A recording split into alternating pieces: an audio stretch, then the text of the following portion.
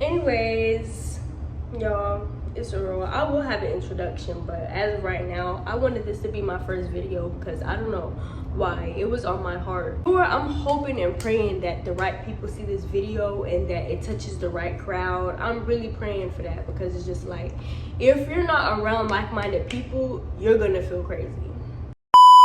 Bitch, ain't no easy way to say this, but I got violated at work. First of all, I'm just a girl. I'm a young girl. I don't give a fuck. But honestly, predatory behavior is just like anything. Because if you really think of the word predator means somebody that picks on somebody. Not really picks, but like take advantage of somebody else because of their status or like the position that they're in. It's like it's like a lion trying to take advantage of a koala. Yeah. But anyway, so I'm not gonna say any names, but when I first started working for this company, I was trying to get hired in the pharmaceutical part of the store. So I couldn't really get to the pharmaceutical part of the store because our manager was out at the time. She was getting her life together. She wasn't there at the time. So I called the store and I'm just like, fuck it. Let me just call the front store because the front store manager can still help me. Boom. So front store manager helps me and he wants me to work with him in the front of the store. I was like, cool. Same amount of hours, still getting paid, whatever. I just moved. I needed money. We established that I'm gonna start working in the front of the store. From then, that's when he asked me, can I come? Like, basically, he wanted me to pull up to the store. I didn't think anything of it at the time because I'm just like, okay, he want to see who he working with, whatever, cool. So I get to the store and I literally just see him, we fist bump, we cool, whatever. He told me that my next shift is tomorrow. But when I sat back and I was thinking, like, when I see him in the store, he was just like, we was just talking and, you know, not really like, you know, not too much, but we was just talking. And then I peeped, he said, make sure you send me your address. I'm just like, yeah, cool, because my man waiting in the car, so I'm just like, okay, whatever, I'm just gonna greet him, we finna go back to, I'm finna go back home. I didn't work that day. But when I got back in the car, I sat there and I thought, I was just like, wait, why did he ask me to send him my address? And then the day before that, we was on the phone, we was talking, he was like, where do you live? Mind y'all, I just moved. So I just know that there is a hold on.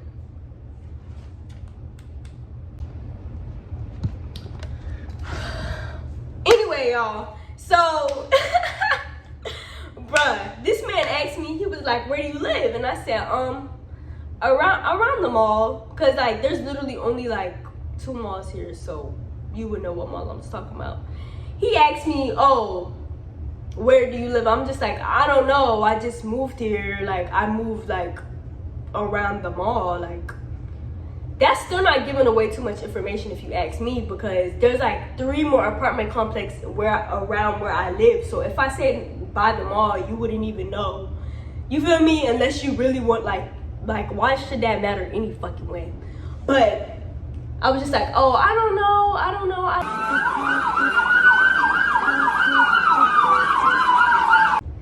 Then what really made me be like, when the day I came into the store and said something, he was like, that nigga said, don't forget to send me your address. I was like, huh? I went in the car and I was just like processing everything. I called him, I said, did you just tell me to send you my address? He said, no, it's okay. You don't need to anymore. Pookie-san, why you want to see my address for? What you need to see my address for? Y'all, if y'all are spiritual beings like myself, I'm going to end up telling y'all how, bitch, this shit gets spiritual too. back to the physical though. This is the weird shit that happened. I'm just gonna go over 3 things that fucking happened within the time span of me working in the front store with this person. So the very first weird thing I thought was that, but that's the first weird thing that happened. But the first thing that started like making bells go off in my head was when we was in the office. I needed a name tag, and he literally just put his hand right here on my chest and said, "You need a name tag," and he left his hand right there. Like, you see where your name tag go? Your name tag go in this vicinity, but on a woman, that's the area around her breast. So I don't even know why you leaving your, like, I don't even know why you would think it's okay to why it's appropriate to touch a woman right there, period. Anyway, he literally said, "You need a name tag," and he left his hand right there. And I was just like, yep, this is the side, because the computer was right here and I was standing right here. Not right here exactly, but like, he left his hand there, and I was like, okay. It was so weird. Like, I literally... Back the fuck up, I'll knock the fuck up you. Damn, hey! Y'all, this is the real thing. This is the shit that got me pissed. Like, this is the shit that had really, like, riled me up and wanted to go sit here and light some candles for this nigga. But this is the shit that really made me be like, wait, what the fuck is going on? Was when one day a customer came in or something. I had a question about something, and then he was walking and I was following him, like we were walking and talking, and he stops in front of me, and the place where he stopped at, I don't know if that's like a camera invisible, like the angles as to where shit happened and how it happened, I'm pretty sure nobody would have seen it. But I don't know. I can't even tell you if the fucking camera caught it. But I kid you not, that day in the office when that nigga left his hand right there. So the place where we were standing, he was standing right in front of me, and he talked with his hands. I guess, you know, black people. He was talking with his hands. That nigga literally put his hand next to my. You ain't spending no money. Don't touch you. Fuck is you talking about? Bitch, don't touch. I'm just thinking like that nigga. He probably tried me for one because I'm young. I'm really young. Because I'm not the only co-worker that he tried. But the other girl said she was too scared to say stuff. I'ma respect her privacy. Girl, if you ain't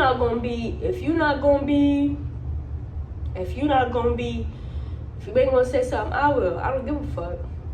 Like I said before, I know, like, I wouldn't say I made excuses for the situation, but I was just trying to shake it off. But something in my spirit was telling me, like, bruh, don't let this shit go. That nigga violated you. Violated. And that's that. And that's that. And that's that. I'm violated. Don't touch me in no way. I felt fucking violated, bro. Like, the more I thought about it, the more angry I got. So, my first thought was to go ahead and go...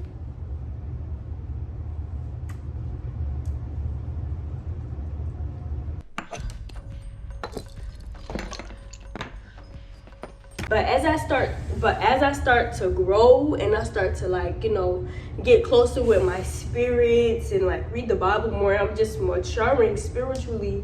I was just like, I can't do that. So like I said, I hope this video gets to the right crowd. But even without the spiritual aspect, I hope this just reaches anybody that has ever went through this, because this shit is like, in any way, shape, or form, being violated makes you like, that shit really puts something in your heart. Feel me? Like, get him, like, even though he didn't full on like grab my crotch and shit like that, but it's just a simple fact, like, why you thought that could go there? Private parts are called private parts for a reason. His hand was right next to my pussy. Like, I literally felt his hand right there. Feel me? So it's just like, I just try to play out all the scenarios in my head as to how his hand can end up right there. But it's not an excuse. Like, anybody that know me in real life know that I'm like, I stand like 4'11", 5 foot. I'm short as fuck. So you could only imagine where my pussy is near the floor. But I'm just like, I'm trying to create all these like reasons as to like how it could happen, and I just had to accept that he did it on purpose. That's the type of person he is. This is where I start explaining the more spiritual side of stuff, because during this thing that has happened, like, God will really put you in predicaments where, I'm not saying that SA or anything like that. It's just like, you know, it makes you like, you know, I'm not speaking on none of that. This is my personal, this is like what I have been going through spiritually and physically. During this time, I had some eye-opening moments. Women, we really have to start being there for other women. And I know I could be like, you know, mind you, like I always say, I don't support all women. A lot of you bitches are stupid. I feel like we have to create a sisterhood when it comes to certain things. Like I'm not finna say no names about this company. I'm not, but now that this has happened, like, I made the report and I did everything that I needed to do, and it's just like I'm getting backlash from it. Would y'all believe me? And y'all probably like, oh, why you ain't report that too? It's not solid evidence of like backlash. It's not solid backlash evidence. Just because somebody didn't say hi to you today because they usually say hi to you, or just because you feel like the energy is off, you can't go report that. It has to be something where it's just like, I ask a question and they don't answer me, or everybody just straight out bullying me. It has to be hard, solid evidence. But trust me, baby, me being the spiritual being I am, I know when the energy has shifted a little bit. I know when shit is a little off. You feel me? Like, and it's just like, damn, it really makes you think. Like, I'm about to drop, remember the statistic that I dropped earlier in the story?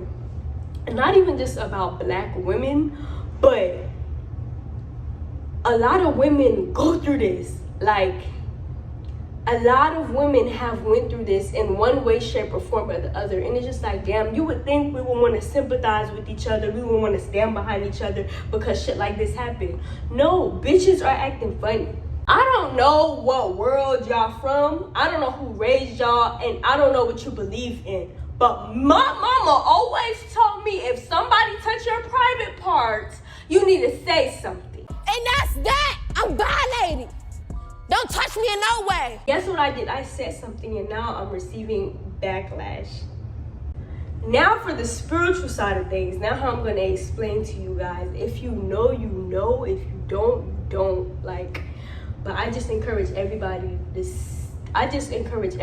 to open their eyes, because honestly, the way the world going right now, everybody just needs to open their fucking eyes. But anyway, let me move my bank so I can read that again. But anyway, so for the past couple of months before I even moved to where I moved, I would have dreams of me casting out demons. Like, there was a time where my boyfriend, he told me I was speaking in tongues while I was sleeping, and I would just have dreams back to back to back casting out demons. So if you know, you know. You don't, you don't. We all have like certain type of spirits that like follow us and make us like who we are, like even if we don't realize it. Like, for example, scammers, they have a greedy spirit. Well, not all scammers are greedy. Let me rephrase that, because I love the swag. I actually love the swag. He carries a spirit of rape, molestation, pedophilia, predatory behavior. He has that spirit. So now that I'm sitting back and thinking about everything, I wouldn't say God was preparing me for this, but he gave me a word. You know, that was his warning. I should have listened to the warning. But, you know, you grow, you learn. You figure out, like, you know, like, these are the warning signs that something is like, you know, like, he gives you these visions. You just have to sit and think about it. And, like, the whole time he was giving me these visions and these dreams, I was just like, dang, like, that's going on in my sleep. I didn't know it would affect my physical world, but baby, everything in the spiritual world is going to affect. So one night, I feel like I'm sleeping, but it's not really sleeping. It wasn't a dream, but let me tell you how I like put two and two together. That shit was like serious. This shit is genuinely serious. But I woke up in the dream, or the different realm I was in the dream, I met like, I don't want to call it a demon, but it was a spirit. It was a very dark spirit. It came through my front door. Hence, earlier I was like, why would he ask me where I live? He probably didn't realize that he asked me that question. Those spirits asked that question, believe it or not. Like I said, I always have my phone with me in the bedroom. Y'all, the devil is working hard. Because I could have sworn I recorded this part, but as I was going through and editing it, I realized it didn't. I don't even know. But this is the most important part of the story, so I have to record. My sleep didn't really feel like sleep. It felt like I just laid there, but then I had a dream. It wasn't really a dream, but like I said, it didn't really feel like sleep. So in this dream, a spirit came through the door, and I stopped it because it looked like it was coming to the room where me and my man was sleeping, and we were just standing there looking at each other. Girl, I looked at her. Bitch, I told the motherfucker, I said, I'm not scared of you. He said, yes, you are. I prayed, and then I prayed and then it left. But I knew I was in a dream because usually in my dreams when I pray, it come out like fire. I pray. Like I pray. But that's why I'm saying it feel like a dream. So tell me why the next morning, my boyfriend told me, oh, your phone in the kitchen. I never leave my phone in the kitchen. Like, literally, in order for me to leave my phone in the kitchen, I wouldn't even wake up on time to go to work. Because I set an alarm so I could wake up and go to work. So there's no reason why my phone was in the kitchen. But are y'all putting together what happened? I left the phone in the kitchen. The spirit came. And you know what? And if you go back and you rewind the video, that's why that nigga asked me for my address. And I also knew it was spiritual warfare as well because this individual is a pastor. Quote unquote, this individual is a so-called pastor. So that's how I knew it was spiritual warfare as well.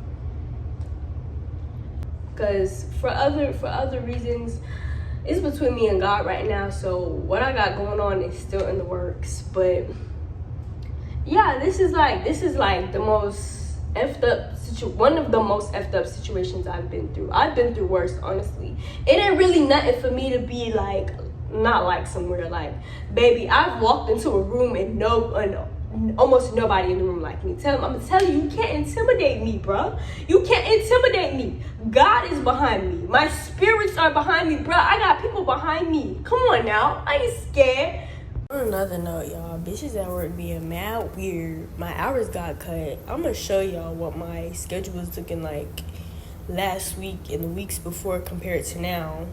I mean, it's a little cut. Bitches acting mad weird. So I'm gonna just take this at the side. Fuck this shit. Fuck a job. But anyway, y'all subscribe and follow me on Instagram.